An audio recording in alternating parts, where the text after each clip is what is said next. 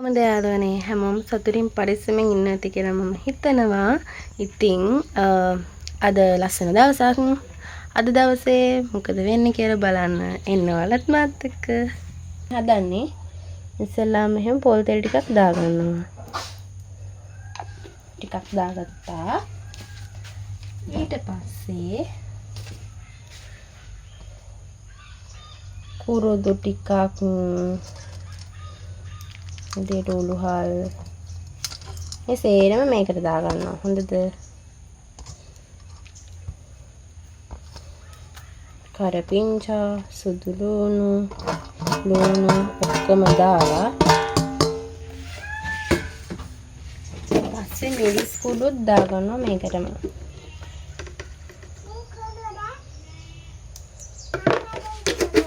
ඔව් මිරිස් කුඩු තමයි. ඊට පස්සේ මේ බැදපු තුන පහ එකනේ. අමුතුන පහ ටිකකුත් ඔකට දාගන්නවා.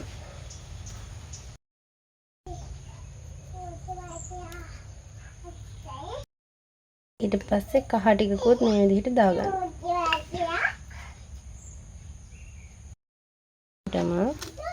ලුණුත් ඇති ගානට දාගන්නවා. ටිකක් අඩුවෙන් දාගත්තත් කමන්නේ. පස්සේ අපිට ලුණු එකතු කරලා ගන්න පුළුවන්.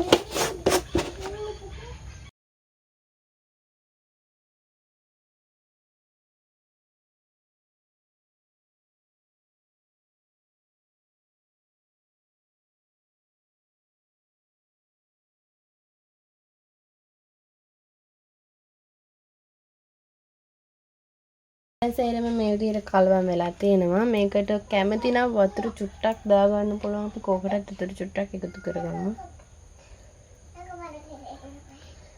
පස්සේ මෙහෙම චූට්ටක් දාලා රත් වෙන්න තියලා උඩින් පියනකින් වහගන්න ඕන. විදිහට විනාඩි 20ක් විතර මේක හොඳට ඉදෙන්න තියාගන්න ඕන. විනාඩි 15කට විතර පස්සේ මේ විදිහට ඔක්කොම හොඳට හිඳිලා ඇදිලා තියෙනවා. ඔයාලා කැමති නම් මේකට පොල් කිරි ටිකක් දාලා ගන්න පුළුවන්. දැන් අපි යන්නේ. බත් එහෙම කාලා ඉවරයි. මම නම් පොල් කිරි දැම්මේ නැහැ. අද අපේ ගෙදර පොල් කිරි මේ පොල් ඉවර වෙලා. ඒක නිසා පොල් කිරි දැම්මේ නැහැ. දැන් මායි බබයි යන්නේ රට කජු වෙලෙන්න දාන්න. මේ දවස්වල මේ රට කජු ගැලවෙනවා. අයියලාගේ අම්මලාගේ එහා පැත්තේ ගෙදර රට කජු හිටවලා යාලා රට කජු ගලවනවා. ඉතින් අමු කජු ටිකක් අපිත් ගෙනාවා වේලලා තියාගන්න. ඉතින් දැන් කොහෙන්ද හොඳට අවුව වැටෙන තැනකින් දාන්නත් ඕන. හැබැයි අද අවුවත් නෑ වැඩි මෙතෙන්ට වෙලා ඉන්න බැයි වගේ අපිට එළුව හැම එළියේ ඉන්නවනේ. එයාලා කන්නත් ඉන්න තියෙන කුකුල්ලු නම් ඇතුලේ ඉන්නේ. දැන් අවුව හොඳට වැටුණාට පස්සේ මේ ටික වේලෙනකන් අපිට මෙතෙන් වෙලා ඉන්න වෙයි. එක දවසට වේලන්නත් බෑ.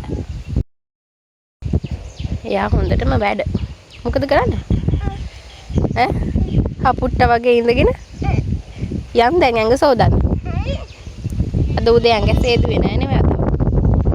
ඔක්කො කොටතේ තියාගෙන මොකද කරන්නේ?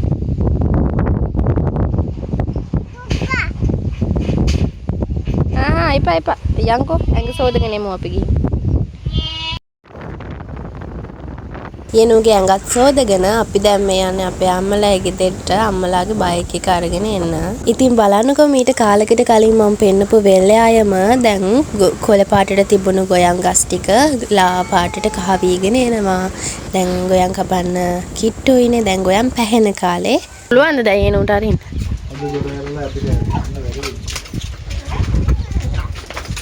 මේ කෙන ගෙදර යාළුවනේ දැන් නාන්න වෙනවා. මේ හොඳටම තෙමුණා. කොහෙවත් තිබ්බ නැති වස්සක් එකපාරම කඩාගෙන පාත් වුණා. දැන් නාල හරි අඟ හොදලා හරි එන්න. දැන් නම් අපි හරක් ගාල පැත්තට ඇවිල්ලා ඉන්නේ. මං ලොකෝට වීඩියෝ කරන්න ගියේ නැහැ වහිනවා.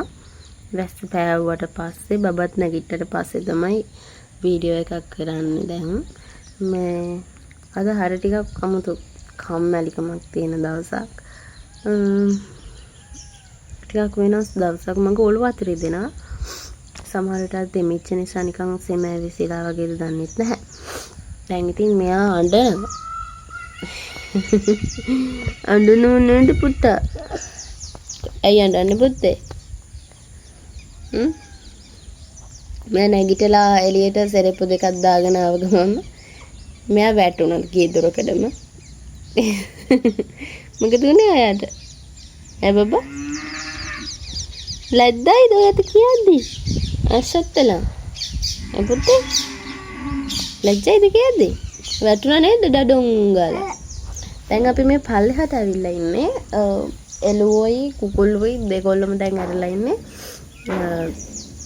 එළුවෝයි කුකුල්ලුයි දෙගොල්ලම දැන් මේ ගොයමට පනිනවා. වී කරල් කිරි කරල් තියෙන නිසා ඒව කනවා. එළුවෝ නම් ලොකුවට හානියක් කරන්නේ නැහැ. එයාලා මේ කරල් එහෙම කනවා අඩුයි. එයාලා අර වටේ තියෙන තනකොළ ටික තමයි කාගෙන යන්නේ. හැබැයි කුකුල්ව එහෙම නෙමෙයි. අර එළුවෝ ගියාට පස්සේ පාත් වෙන ගොයන් ගස් මේ ඒක පාත් වෙලා තියෙන එක තල හොඳටම කරල් ගලවගෙන කනවා. ඉතින් ඒක නිසා මෙතෙන් වෙලා බලාගෙන ඉන්න ඕනේ යාලා යනවද කියලා. ඉතින් යාලා මේ කුකුල්ලෝ ගිහින් කනවද එළුවෝ ගිහින් කනවද කියලා මෙතෙන් වෙලා බලාගෙන ඉන්න ඕන. මෙතෙන්ට වඩා හොඳයි එතෙන් යනවා නම් මෙතෙන්ටත් වඩා එතන සීතලයි. ඒක නිසා තමයි මෙතෙන් අතර වෙලා ඉන්නේ. කුකුළු ගියොත් එහෙම එතෙන්ම අපිට යන්න වෙනවා. දැන් නම් යනවා කුකුළු දෙන්නෙක් එතන ඉන්නවා. අපි යන් එතෙන්ට.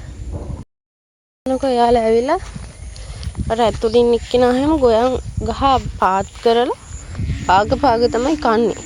ඉතින් එහෙම ගුණාම දැන් මේ පේනවනේ තලලා එහෙම තනින් තන එතකොට අපිට ඉතින් ආදායමක් නැති වෙනවා. ඒක නිසා ඉතින් මෙයාලා යනවද නැද්ද කියලා බලන්න ඕනේ. මෙයා එහෙම හොඳට කනවා. මොකද කරන්නේද? ගෙදර යන් බෑනේ මෙතන බලාගත්තේ නැත්නම් තාත්තා බණීනේ ඔයාට එමටයි. අයියා කුකුළු කනවනේ වී කරල්. කොණ්ඩ දෙකකුත් තියෙනවනේ ඔයාට. ඔයාලට මතකද මේ වගේ තොප්පි අපිත් පොඩි කාලේ දැම්ම යාළුවනේ. අපේ අම්මා තමයි මේවා ඉතින් කොහෙන් හරි හොයාගෙන ඉන්නේ. හොයන්න දෙයක් නැහැ. ඉතින් සමහර කඩවල වල තියෙන දැන් ළමයි වුණාට මේව දානම අඩුයිනේ. ඈ?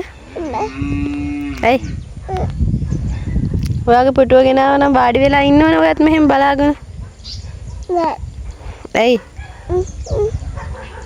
ඇයි බැරි?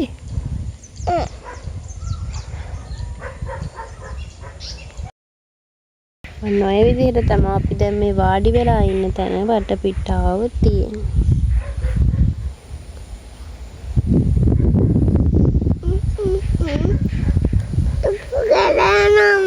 හා ගලවන්න. දුවලෙන්න.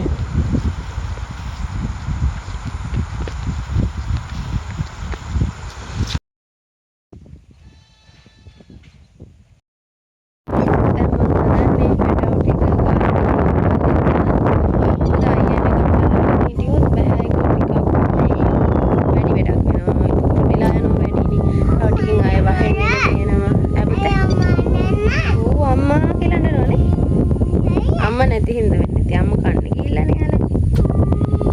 හරිය දැන් මම පැටව ටික අරගෙන එන්නම්.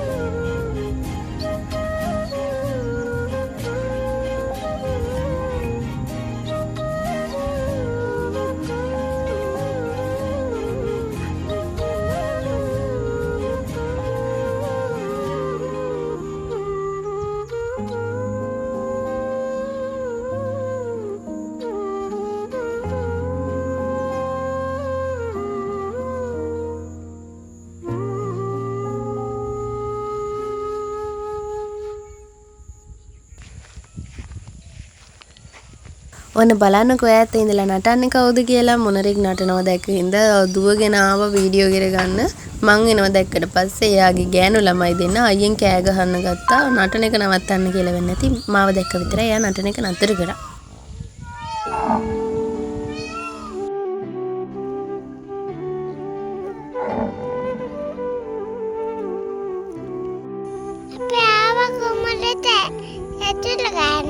වතුර ගහන්නද ආවේ?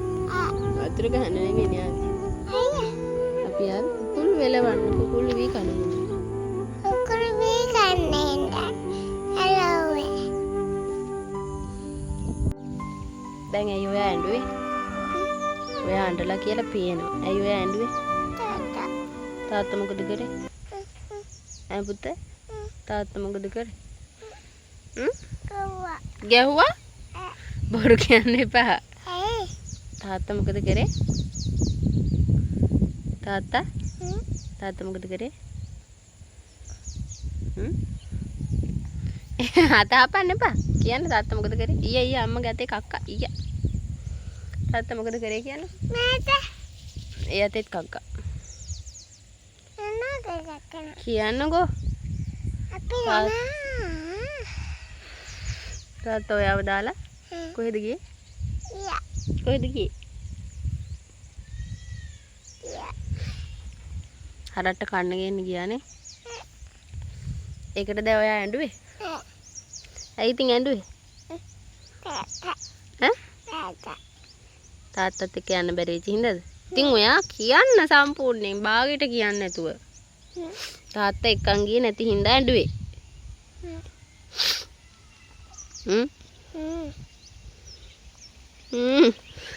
ඇයි දත් පෙන්නන්නේ නැත්තේ? ඇයි දත් පෙන්නන්නේ නැත්තේ?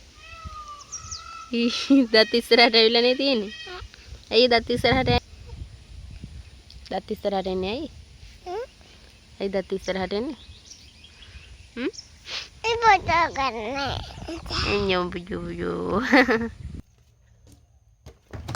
ඉතින් ඔය විදිහට තමයි එදා දවස ගත වුනේ. මේ මම රෑ වෙලා එතනින් පස්සේ මට ලොකුවට වීඩියෝ ගන්න බැරි වුණා. ඉතින් මම ඔය රෑ වෙලා හෙට දවසේ මට කරන්න තියෙන වැඩ ටික ලියා ගන්න හිතුවා. මම සාමාන්‍යයෙන් ඒ කියන්නේ කාලසටහනකට අනුව වැඩ කරන කෙනෙක් නෙමෙයි. මට එහෙම කරලා පුරුදු නැහැ. හැබැයි ඔයාලා හැමෝම මගේ වීඩියෝ බලන අය දන්නවා එක්සෑම් එකට මම ලෑස්ති වෙන ගමන් ඉන්නේ කියලා. ඉතින් මේ පාර මම ලෑස්ති වෙන්නේ සල්ලිත් වියදම් කරලානේ. වියදම් කරන සල්ලි වල තේරුමක් වෙන්නෙත් නෑ. මම මේ වැඩේ හරියට කරගත්තේ නැත්නම් ඉතින් ඒක නිසා මට ගොඩ ගහලා තියෙන රෙකෝඩින්ග්ස් ඒ විෂයත් එක්ක දිනයත් එක්ක දාලා බලන්න ওই විදිහට කොටු ගහලා ඒ වගේ බැලුවට පස්සේ හරි ලකුණු දාලා මාක් කරන්න. ඒ වගේ පොඩි වැඩකට තමයි මම ඉතින් ඔය ටික ලියාගන්නේ. හෙට දවසේ මට කරන්න තියෙන ටික තමයි ඔය මම ලියාගන්නේ. ගොඩ ගහලා තියෙන රෙකෝඩින්ග්ස් සේරම මාසයක් ඇතුළතවත් මම බලලා ඉවර කරන්න ඕනේ. ඉතින් බබලා ගන්න කෙනෙක් ඇත්තෙත් නෑ. සේරම ඉතින් කරගන්න ඕන. දැන් මම ලියන්නේ හෙට මට කඩේ ගිහින් බඩු ගේන්න ඕන. ඉතින් මේ ගෙදර නැති ලිස්ට් එක තමයි මම ඔය ලියන්නේ.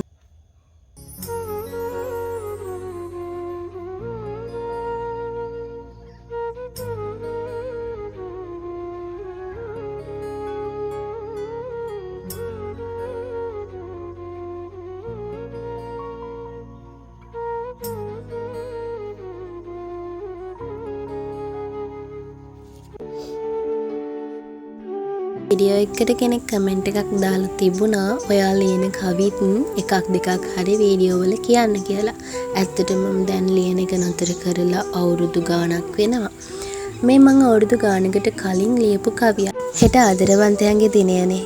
ඉතින් ඔයාලට මගෙන් ඒක තෑග්ගක් විදිහට බාර ගන්න. පායන නමුදු සඳ තරු වට කර අහසේ එක්වන්නේ නොමැත කිසි දින පොළොව තලේ. දුර සිට බලමේ නරඹන්නෙමි ඔබ සිත්සේ. තහනම් ගහේ මලු ලස්සන මල් පිපුණේ. කොච්චර ලස්සන වුණත් ඒ මල් දැන් තහනම් නම් බලන් විතරක් ඉන්න.